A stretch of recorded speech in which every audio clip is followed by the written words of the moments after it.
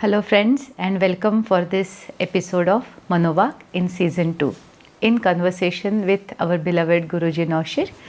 Here is today's question. Guruji, what is the difference between spiritism and spirituality? Are they one and the same?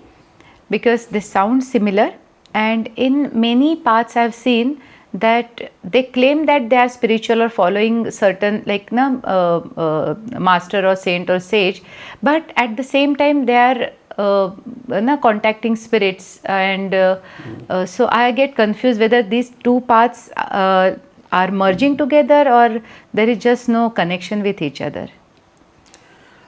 No, spiritism and spirituality are as different as chalk and cheese, basically. I'll tell you what spiritism is first, so you'll understand.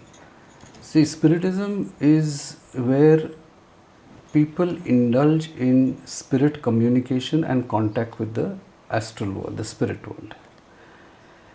This is by and large a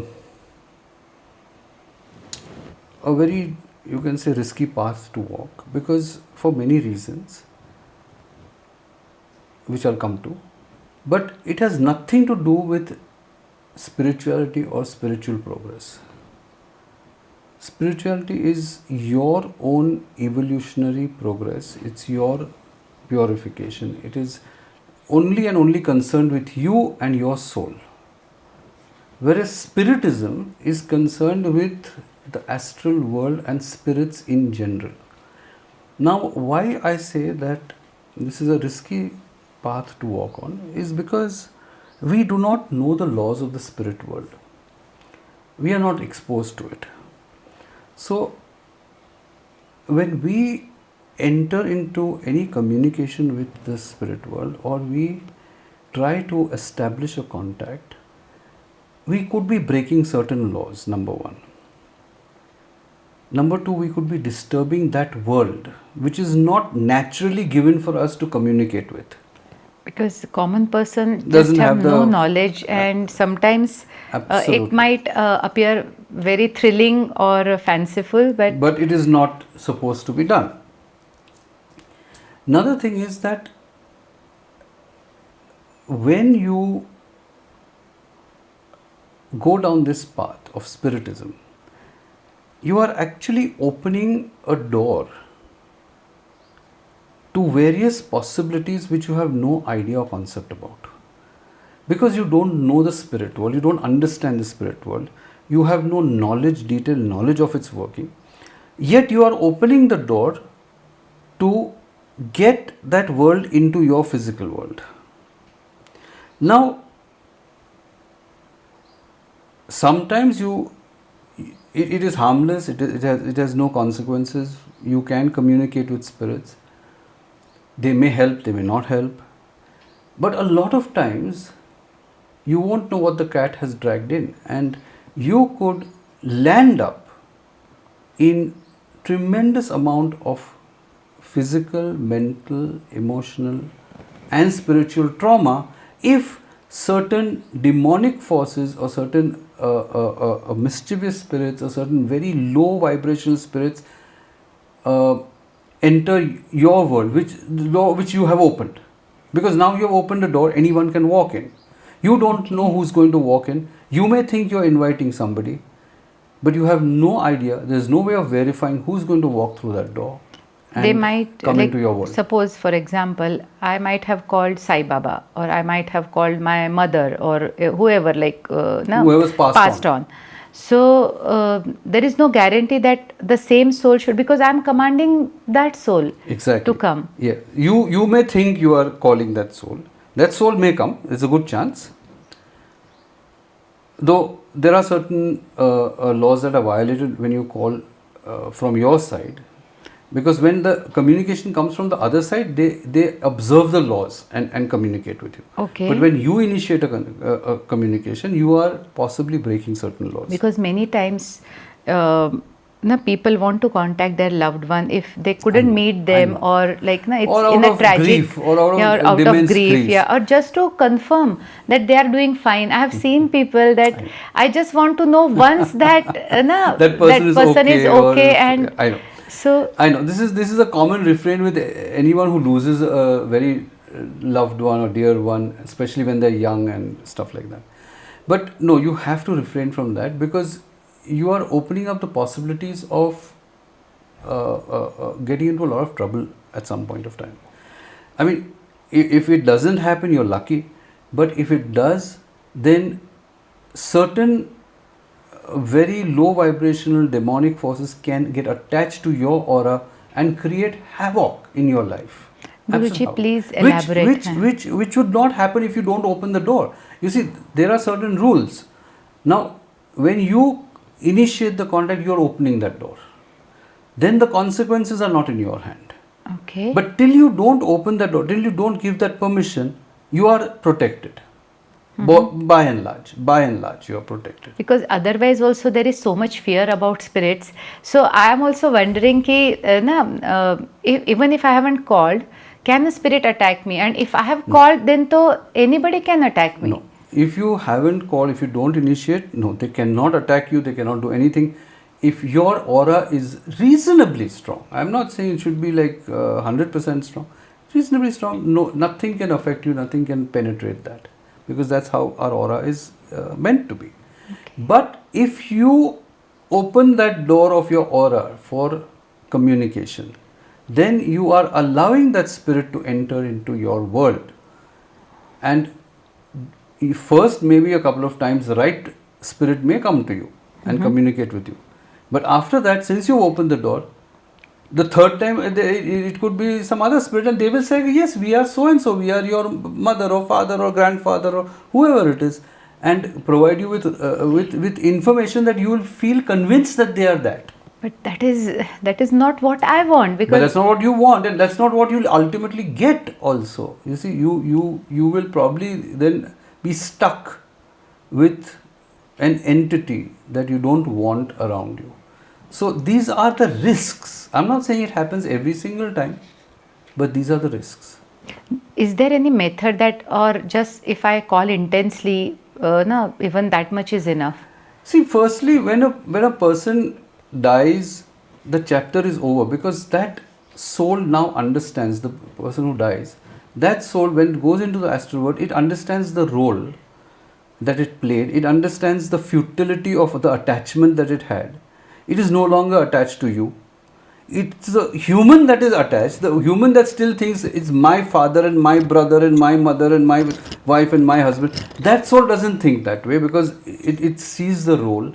It sees that the role has ended now, and it is just a free spirit. It is not any longer connected to that role that it was playing on earth.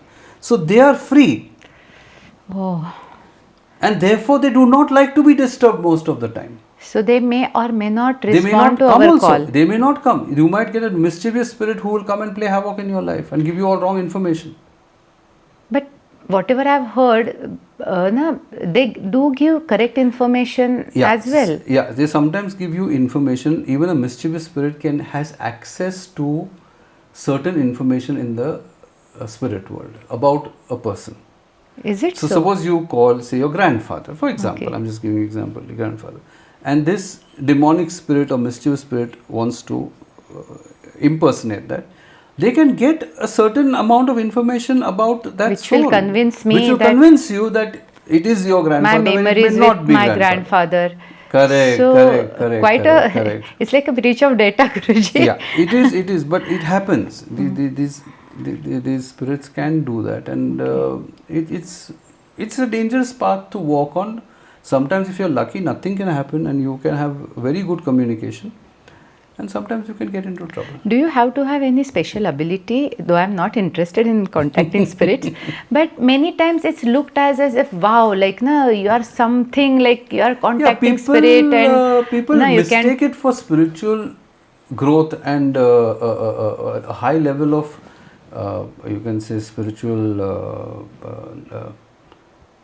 enlightenment. It is not.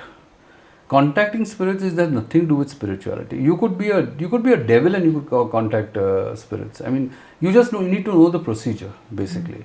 There are certain procedures, like the planchette board and the Ouija boards and various other tantric methods of doing certain havans with certain mantras. You can contact spirits. It's not that difficult. Anyone can do it.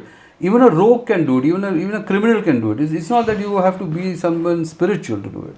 Okay. You see, so it doesn't indicate your spiritual level at all.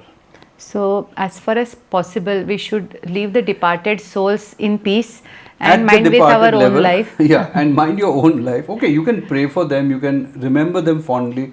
There is no need to contact them. And not unless the contact is initiated from the other side. Because there are not only for the sake of just inquiring about loved ones, sometimes people contact to get information about future or about like. That is the worst thing. Is it? Because these souls, they may be in the astral world, but they can't read the future. They know a little bit, a few days, maybe a week into what is going to happen, that to the possibility. So, if you go by that, you are going to get badly deceived. And if I am receiving something, is there anything that they also demand or they take it without my knowledge? If it's a good soul, if it's a high vibration soul, they may not want anything. But if it's a low vibration soul, if it's a demonic soul, then yes, they will sap on your life force energy because they feed on that. They like that. They love that. They wait for somebody to open the door. They wait for foolish humans to initiate contact so that they can push themselves in. Guruji, I'm sure everybody in their youth sometime must have tried planchette. Even I have tried and got scared and left at it. But once you try it, it's okay. But if you make it a regular practice or you indulge in it far too many times. But Guruji, in Western channelism is like a rampant. No, channelism is an authentic means of communication, but that is when as I said, the communication must be initiated from the other end. Then that is called channeling. Then it is called channeling, and then it is valid. Okay. Any communication initiated from the spirit world to the human world is fine. Because laws are observed and only those who are allowed to do it will do it. Because they have certain laws, they can't break them. Even the low level spirits cannot break those laws. Okay. So when the communication is initiated from the spirit world to the human world, that is fine. That is channeling perfectly okay. When you are doing it for your own agenda and for your own selfish purposes, you run a big risk. One thing I mentioned about channeling, another thing which I've heard is about being a medium. Like there you call and allow your body to be used by the spirit to facilitate the communication.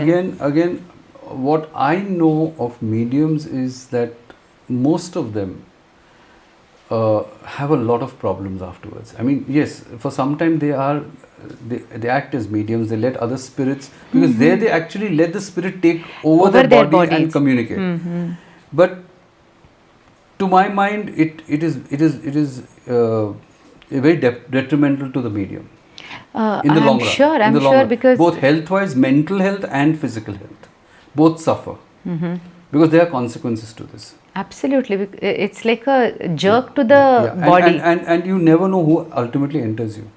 I mean, see, there's no identity card, there's no Aadhaar Patra, there's no identification process over here. So anyone can come in, and you don't know what will happen. Yeah, that's why it's better not to dabble into all this. So it's better not to, unless, as I said, the communication comes from the other side, and it comes by the legitimate means which the other side knows how to do.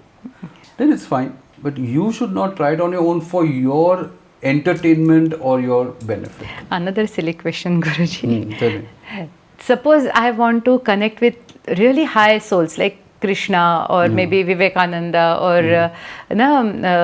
really high soul, Sai Baba or entities like this. Yeah. So do they respond to my call or? I know a lot of people play this hoax on gullible aspirants, spiritual aspirants, and say that, oh, I just spoke to Sai Baba, and I just spoke to Krishna, I spoke to Jesus, and I spoke to Buddha. Like they are all waiting for you to call them and have a chat with them. How are you? Have you had tea? You know? So this nonsense goes on because people are And people believe. Yeah, they play on people's faith and belief. But no, these entities do not entertain breaking of rules. Let's put it that way. Firstly, number one. I know, number they- one. they are divine, and how can they bring their own If they want rules? to communicate with you, they will initiate the communication through proper channels.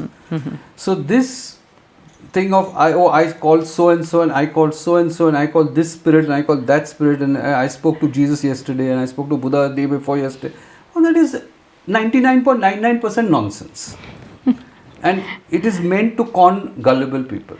And Okay. why should they respond And to why my should they stupid respond to your questions that stupid questions? what is there will in I my pass future? in my exams? Yes, will I get this absolutely. job? Absolutely. And will so and so marry me? And they ask questions like I that. think it's quite a And disrespectful it is thing a disrespect, and it's so obviously a con job. to con I job. mean, Yeah. Thank you so much. I think we have got a lot of answers to this very interesting topic, and hope you stay safe and believe that your life is planned in a better way, and you really don't need any of this mediumship or communicating with spirits to live happily. Thank you so much for joining this episode of Manova, and see you soon in next episode. Thank you.